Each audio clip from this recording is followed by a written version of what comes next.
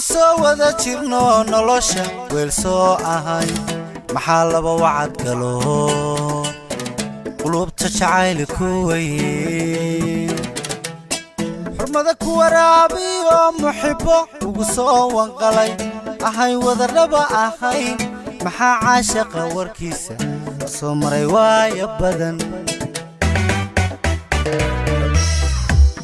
soo wada jirno nolosha weel soo ahay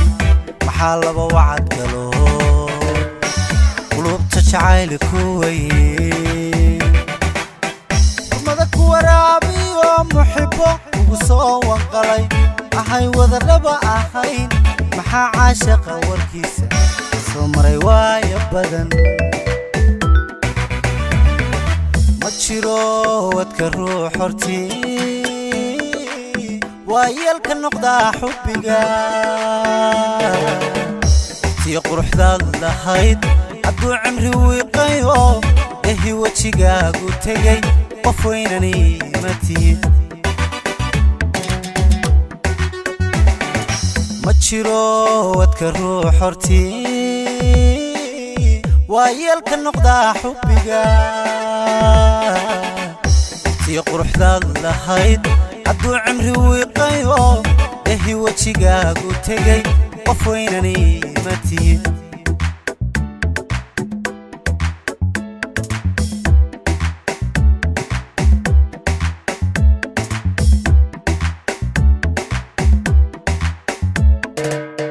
ويديني يا مال سؤال إنا تايوا يا أرد حسكيغني وابكلو تنيو واغان كربي maxaa kugu weehdayo waraqo jacayl ah qoray maxaa wadnayaal sawiray maxaa weedhaha kalgacal farwaaweyn kugu dhigay wadiiniya male su'aal inaad tahay waaya arag iskaygani waabkulo taniyo waagaan ku rabay maxaa kugu weehdayo waraqo jacayl ah qoray maxaa wadnayaal sawiray maxaa weedhaha kalgacal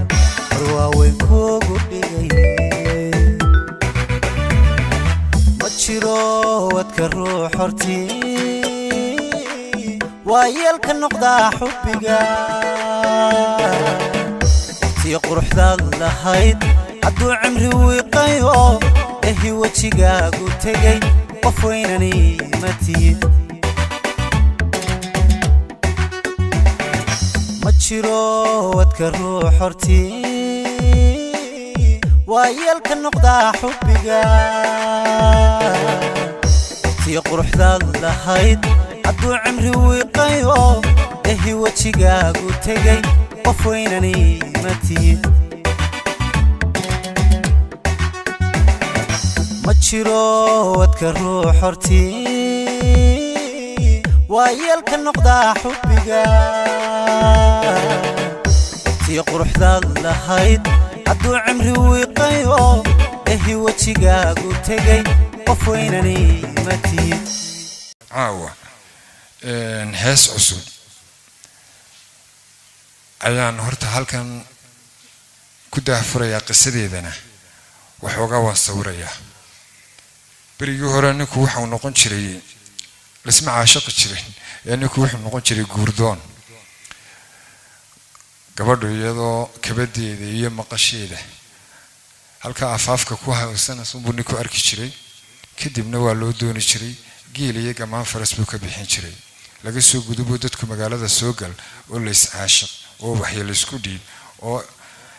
kalgacaylku farabaday intaasi markay dhacday sidaasi ay tahay qisadan heestu ay ka hadlayso magaceedana waxa la yiraahdaa qof weyn ani iimati bal adiga laftigaaga waxa sawirataa adigoo curub leh iyo 10 jir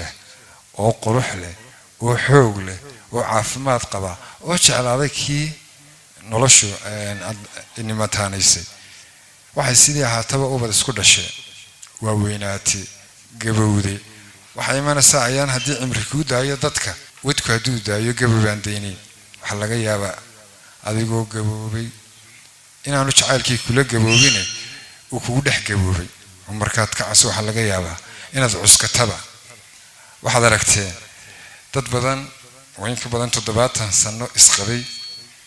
oo kalgacayl dhex yaallo balse tamar gabay wax badan isma weydiiyaan laakiin dadka iska xigaan way istaawadaan way isku damqadaan qisada heestu waxay ka hadlaysaa amar caynka ku saabsan ereyada hadaan waxoogaa dulmaro waxay leedahay maxaan soo wada jirno nolosha wehel soo ahayn maxaan laba wacad galo qulubta jacayl ku weyn xurmada ku waraabiyo muxubbo ugu soo wanqalay ahayn wadar dhaba ahayn maxaan caashaqa warkiisa la soo marnay waayo badan ma jiro wadka ruux hortii waayeel ka noqda xubbiga waqtiga quruxdaad lahayd